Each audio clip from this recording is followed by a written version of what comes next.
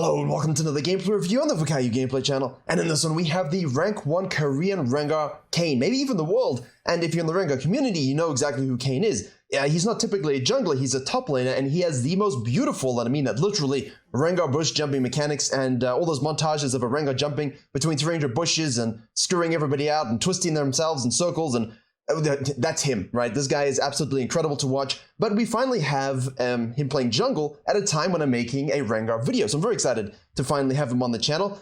He does make his own content. You can look him up on YouTube and so on. Just look up the IGN. I'll leave the match history link in the description, as I always do, so you can have a look at the data. But what's interesting about this now is we have someone who doesn't typically jungle, but knows how to play RENGAR, you know, better than he knows himself at this point. And that's really interesting because you're going to have someone who's pathing still intelligently, very intelligently, but isn't focused on sequencing and farming and objectives. You know, he's focused on using RENGAR, the PvP nature of RENGAR, to win the game, to push the game forward at all times. So while the CSPM will be low, his ganking and his fighting will always be S+ tier. So it's a really interesting way of looking at RENGAR jungle when we don't full clear. And that's something that's interesting as well. Now, we will have obviously the runes on your screen now. First strike page, pretty much standard. I do have on my live companion Zar guide. I did put a lot more effort into the RENGAR one because I know him very well. A lot of different builds and variations, but this build will be in there, the runes will be in there, the tips will be in there, so you can go ahead and, if you want to play like this, you can play like this. The guide will help you.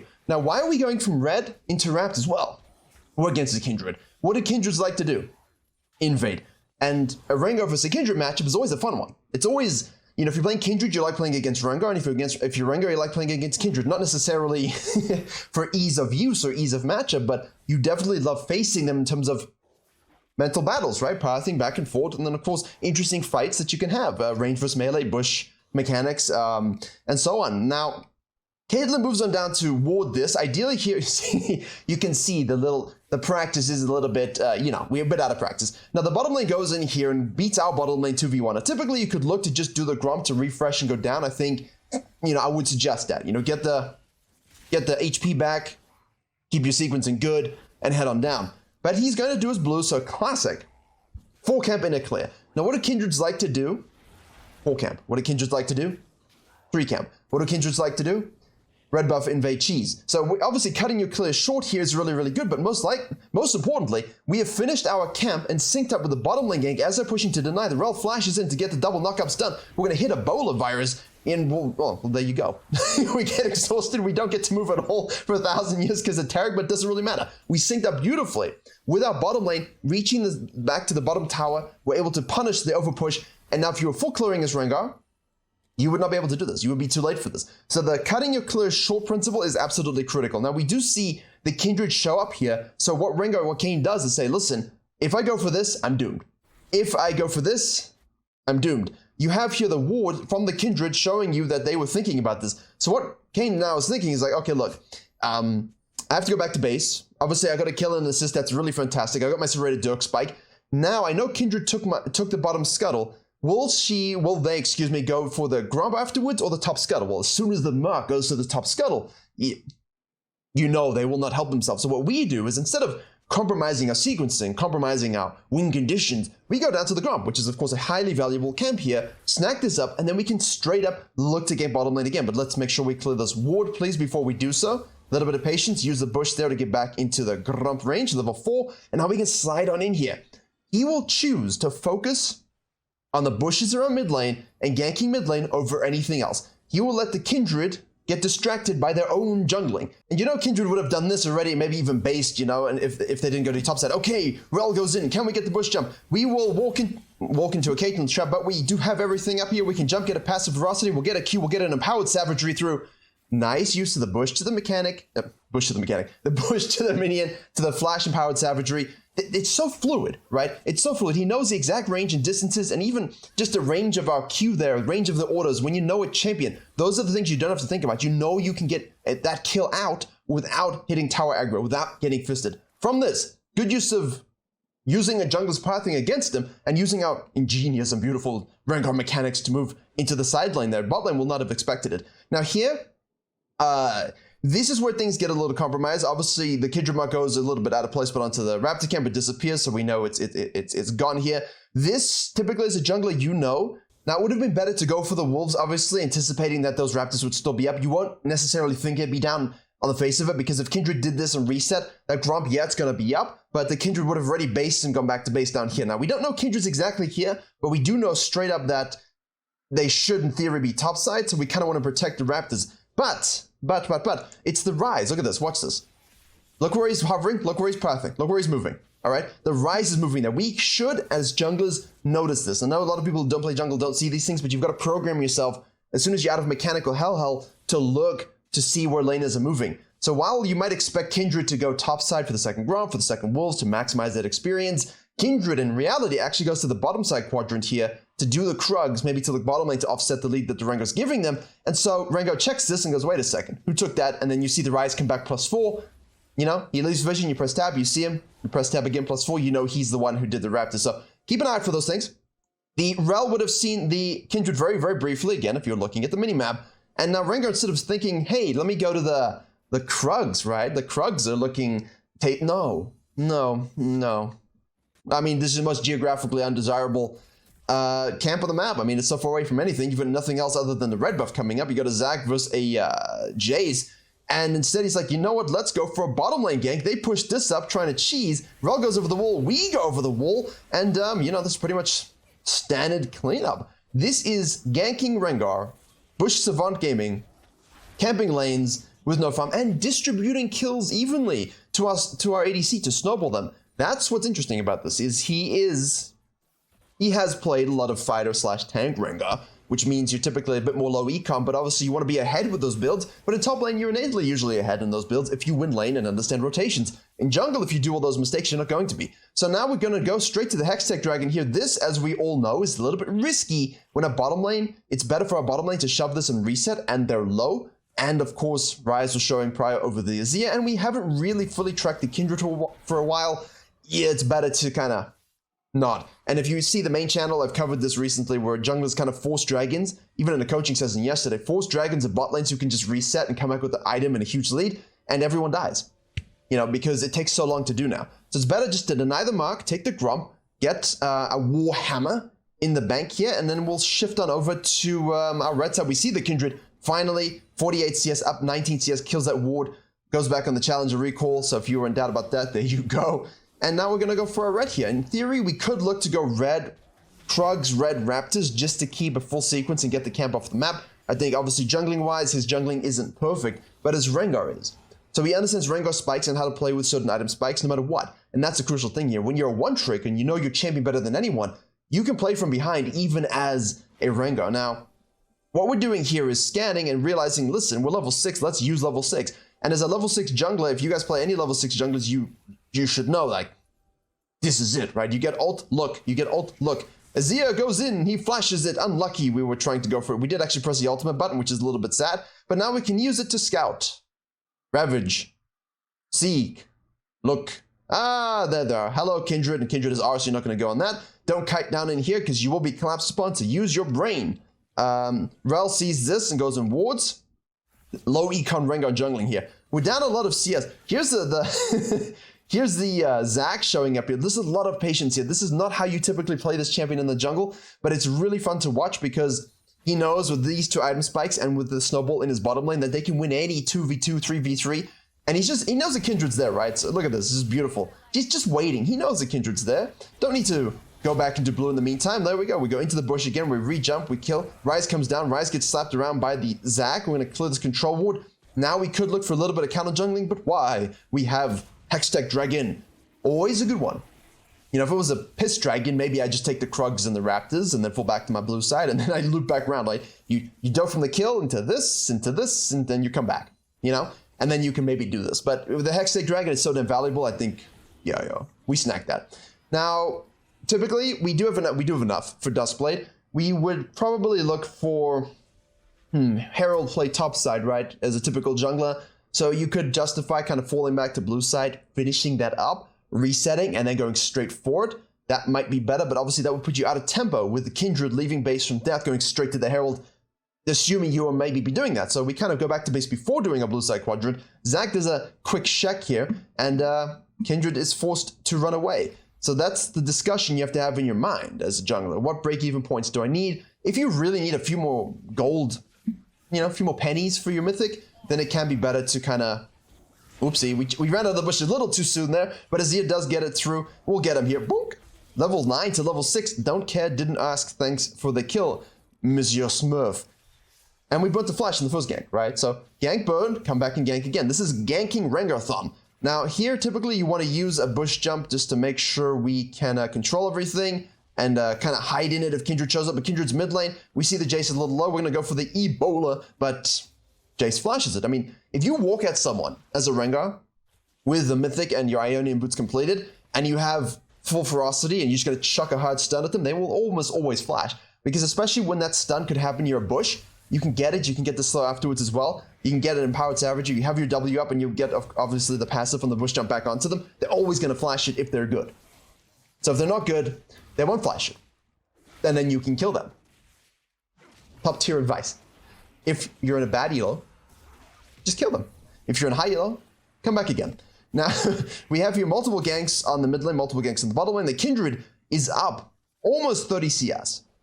And I do think with a bit of refinement and a pathing and focus on that, we could get our rank 1 Rengar here to have better jungle pathing, but it's really fun to watch someone who doesn't know jungle as well as he knows top lane, but knows the champion. He doesn't care about the experience, the flow, the gold, the income. He just knows that I'm Rengar and I'm this strong, and if I do this, I'll be this strong. And I know that no one can beat me when I'm this strong. And it's really great to watch that kind of mindset compared to the regular jungler mindset. Now this we call waffling. This is not good waffling. What could we have done? Just a full sequence and then ulted and rotated to the bot lane. But instead he says, you know what? I'm going to just go and ult mid lane because, you know, we've burned the Rise's flash. He stole my Raptors. That's insulting. Azir is there with his ult again. So that's a third gank mid lane. Activate the Herald. Smack this tower down. Boom, boom, boom, boom. And if you look at the match history, you'll see he does a lot of tower damage.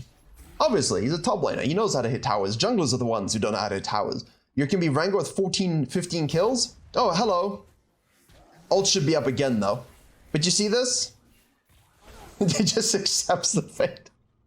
Just absolutely accepts it. The Empowered Savagery auto attack is always very good. The auto attack steroid is always very good against champions when you can stick to them, and that's why he's gone for the blue smite here. We're not looking to kind of red smite the Kindred. We're trying to keep that blue smite so that we can stick to them when we don't have rush control. But a lot of damage with this item.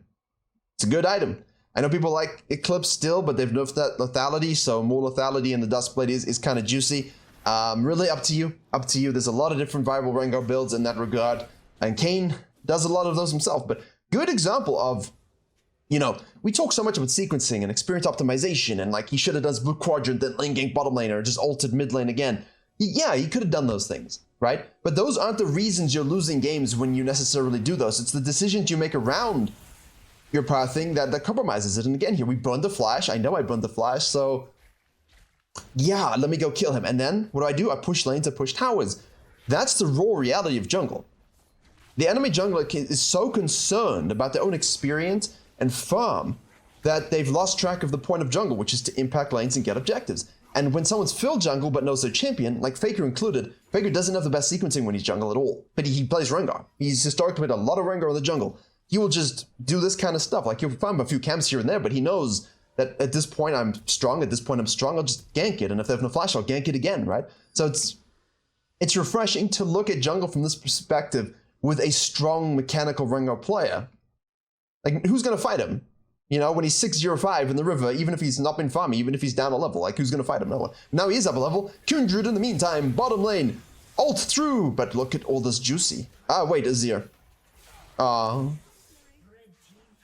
I thought we would have had some fun times, but apparently we gotta, ooh. Don't walk near the bush. She walked near the bush to trap it or ward it. I mean, why'd you do this? See, blue smite, there we go. Hit the E, you got the W, you don't even need the Q. Pull back to Krugs. She was always going to die. 705. He's gonna have the highest KP. He's gonna have 4.9 CS at the end, but who cares? Now we're translating that, obviously, into some Krug control. We activate the Yumis just for a bit of a movement speed proc to check out the camps here. Nothing. Could chill. Why? No need. Kindred at this point, 131. Dragon is up. I think we should go ahead and snack that. We can pull that out here, obviously. Use the bush for the passive proc as well. Or we don't care. I mean, it doesn't make a difference. It's just about, you know, jungling Rengar. But hey, do it in the pit.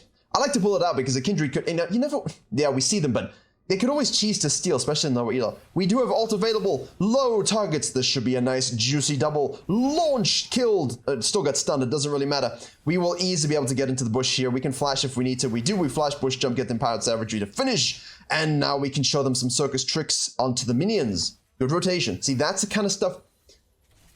Eyes up jungling, right? He does not do ostrich jungling. The Kindred has been doing ostrich jungling, looking in the ground, worrying about experience optimization. And yes, you have to think about these things, but imagine if you could fuse the awareness and eyes up jungling of Kayn in the jungle with Rengar with a little bit more farming. Like, you don't have to go 7, 8 CSPM with this champion. I mean, if you got 6.5, that's cool, right? 6.5, that's fine as an average. Now we're seeing a little bit of it, right? Kills, counter jungling, objective. Kills again, which is what I said we could have done earlier, which we could have.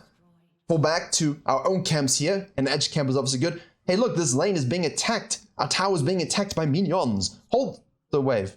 Don't hold the wave. Low people top. 8 seconds on ultimate. That's right. 8 seconds on ultimate. Here we go. Taric running away. He probably has ulted this stage. We can see he does, but I mean, in game, it's probably been long enough that it's obvious. Will he waste it? No. I mean,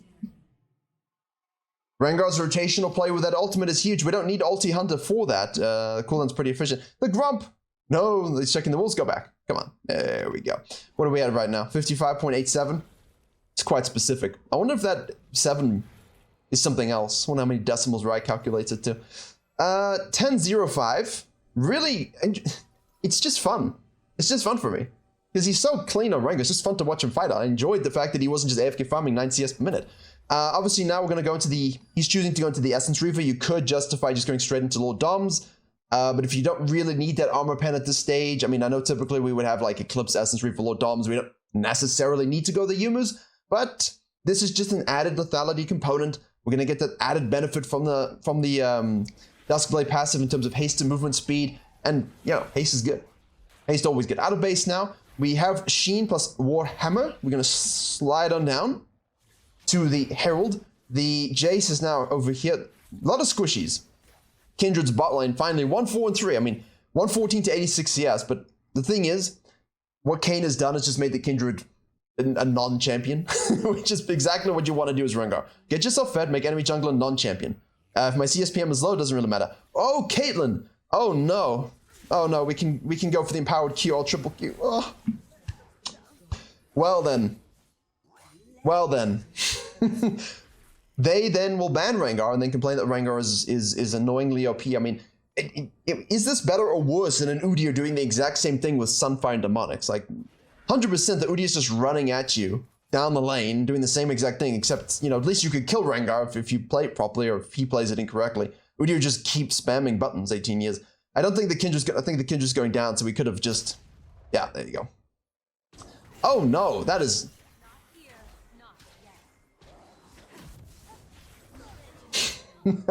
I love the blue smites in this game.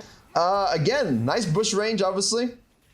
Well, I mean, we've been at 5 bone tooths for a while. Oof, Rise Gaming. TP from the Jace goes in. Bouncy, bouncy, bouncy, bouncy. Rella's rotating dead Zac. Here is Azir. We fed Azir. Can he carry us? No, disengage. Disengage, disengage. All right, a little bit of a unfortunate throw moment, but hey, you know what? The Kindred died. I did my job. Good jungler. As soon as you kill enemy jungler and they can't do anything without smite, great, especially when you smite them. Smiting enemy junglers, it feels like adding insult to injury, to be honest with you. Rise ults away.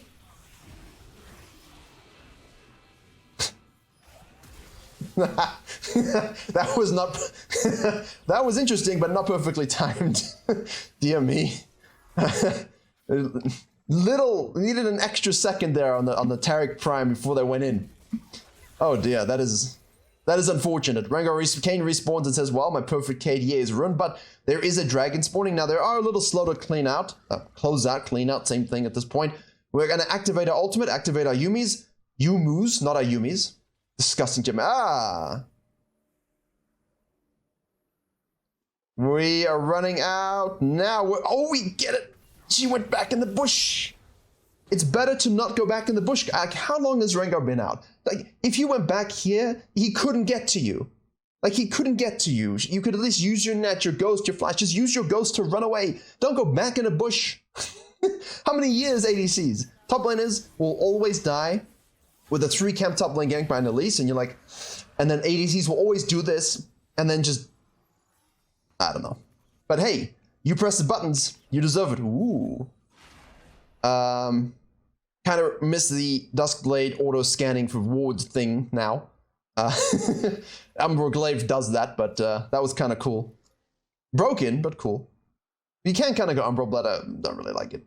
Yumi's Essence, Lord Doms, Duskblade, Eclipse, these are the best choices. I'm seeing a little bit of Paralysis Claw as well, just to get onto comps. If they were to like tell you that, hey, look, this is going to be a Fire Dragon map, then maybe you could say, okay, look, Paralysis Claw is good because it allows me to kind of ignore the fact that there's no brushes. But typically Eclipse and Duskblade are your go-tos. I like this. I love these. Early Barons.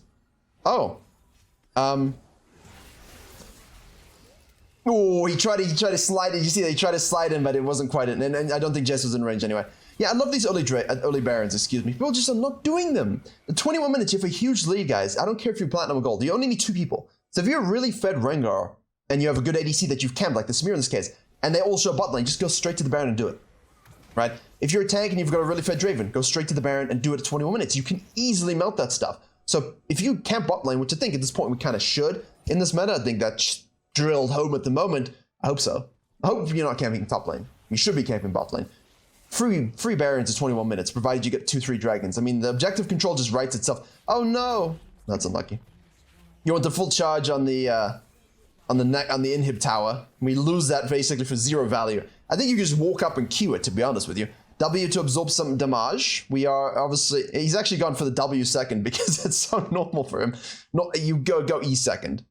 You build in like this, typically you go E second. I mean, I do understand when he's playing a bit more low econ, you might not have the same damage profile as typical super far ahead Rengar assassins would, then obviously the W scaling does help you a little bit, but typically you would go E second with this kind of stuff. But he does, as I say, play a lot of Spirit Visage, Black Cleaver, Rengar, so W second in those cases is a given. But yeah, this has been fun because, you know, what are we at now? 13,000 gold, more than the Azir actually. The Kindred's at 7-8. No one else is remotely close, and we haven't really farmed at all. You know, early game was just a case of use the bushes, use vision control. We're ulting now. We see Kindred on the bottom side going on our Zac with the Jace. But you're next to a bush. We're going to jump. Oh, we get that. We're going to get another passive proc here. I mean, that's how you do it. But then we flash into it. Rise shows up. Doesn't really matter. We have gray health still going. We end up actually just getting rinsed by the Rise again. Didn't actually even get it off, I think. So, hey, good TP, but we have 3 people top lane pushing the Baron here. Come on, Zac. You can do it. It's like Rice is the most useless champion, and then he does these things. And then he's not useless at all. It's like, wow, is this OP or what? The champion's destined to be an eternal 41% win rate champion, isn't it? 35% win rate champion. Until they fully rework him into some sort of actually functioning human design, it's just going to be like that, isn't it? So that was better from the Kindred and the Jace. It cut it away from the brush, and they flashed towards it, force him to flash back in to get the jump, and obviously to get the bush play, but we do fall. 14-6 is fine. Rice is not pushing the bottom lane. We're up in 3, 2, 1. And if you are someone in the Rice's situation, which you will be as a Rengar as well, you can't split push. Watch the death timers. Does he just, yeah, I was like, does he just all in this with the ult Yumi's? Oh, he stuck for the Grump. I was kind of hoping he would just leave. He didn't. You just have to leave, my friends. Watch the death more timers. His home guards, Yumi's ultimate. You will die if you're Rise in that situation. Just shove it and get the hell out. It's not worth the grump, man. Challenge your career. I mean, granted, they don't see nearly as many Rengars as anybody else, but... oh. Hello. Tarek's here. It doesn't matter. We can just jump onto the Raptors. We'll go and get the Q onto the Kindred. We get exhausted. Doesn't really matter. Jump back onto her. We get the Duskblade proc. We'll stay in the bush anyway. And we'll just keep auto-attacking and smacking him down. Caitlyn's going to Gale Force the Yumus. Clutch Yumus. Clutch Yumus. Very clutch Yumus. That was nice. That was nice. I wish I could shoutcast in real time the abilities as they're happening, but they're happening way quicker than I can speak. So you just end up skipping steps. And he cues, and then stuff, and then he cues again. And you sing what's happening, but you can't physically say the words because it's so quick. Always fun, but we're here for analysis and pathing decisions, and yeah, I'll get better at that as I try, but obviously I'm not a shoutcaster, so I am not Dracos. Team in the meantime has pushed mid and top while we were just killing everybody, which is kind of nice. And then we would just kept killing people. We rotated to the bottom inhib. Remember, we're 3 inhibs down. With 3 inhibs down, you know, they have got a lot of resources incoming, so you've got to make sure at this point that you don't make a crucial mistake and stay out and die. But Zach says, hey, look, you're making the crucial mistake. I'm going to jump in here. Rengar's going to ult now and flank to force him to detach from each other. Tarek's ulting, but he didn't ult his whole team. He only ulted 2 people, but Rengar just waits and waits and waits and waits. And we jump right in. Look at that instant damage, and then we instantly die. So that was funny. That's because, as I said, he doesn't play full assassin Rengar that much. And, well, you know, a little bit of a funky ending. But that's it. Obviously, at this point, as I said, 3 inhibs down. You kind of just want to fall back to the soul. Unless, of course, they overcommit, then turn it around on them. But obviously, everything balances out in the end, as all things should be. This was ganking Rengar, multiple gank snowball bot lane, really smart pathing. I don't want to hit my nose again. Really smart pathing in that early phase to avoid the Kindred, to track the marks and things like that. This was good Rise gaming. We didn't see it, but that's fine. You're busy ganking bot lane. It's okay. We gank, we burn flash, we gank 2 more times. We gank, we burn flash, we gank again. We translate those kills into objectives. Perfect. Like, that's jungling fundamentals right there for you. The pathing was a bit wonky and waffly, but once we got into a bit of a rhythm, it was perfect. And he just did Rengar things later. Lived in the jungle, stole their camps, killed ADCs who were split pushing, killed anyone who disrespected it, and then he died just to make them feel a little bit better about themselves. And then he built a Hellbreaker to confuse all of us in the postgame, because I was truly confused. I thought, is his team just slow to end, and will he split push? Didn't happen. He just died. So he bought it because he could. So there you go. Hope you enjoyed and learned something a little bit. It's nice to look at non-perfect jungling from a challenger player as well, just to see how they use their champion in terms of the PvP sense and what's important about jungling. So please do like, share, and comment if you did. Maybe even subscribe to the main channel for more juicy content in terms of a condensed format. Zada GG guides linked below with Rengar included. Patreon has coaching and coaching fund signups for the end of the season and the start of season 13. That's about it. And as always, I will see you all in the next tutorial. That's fun.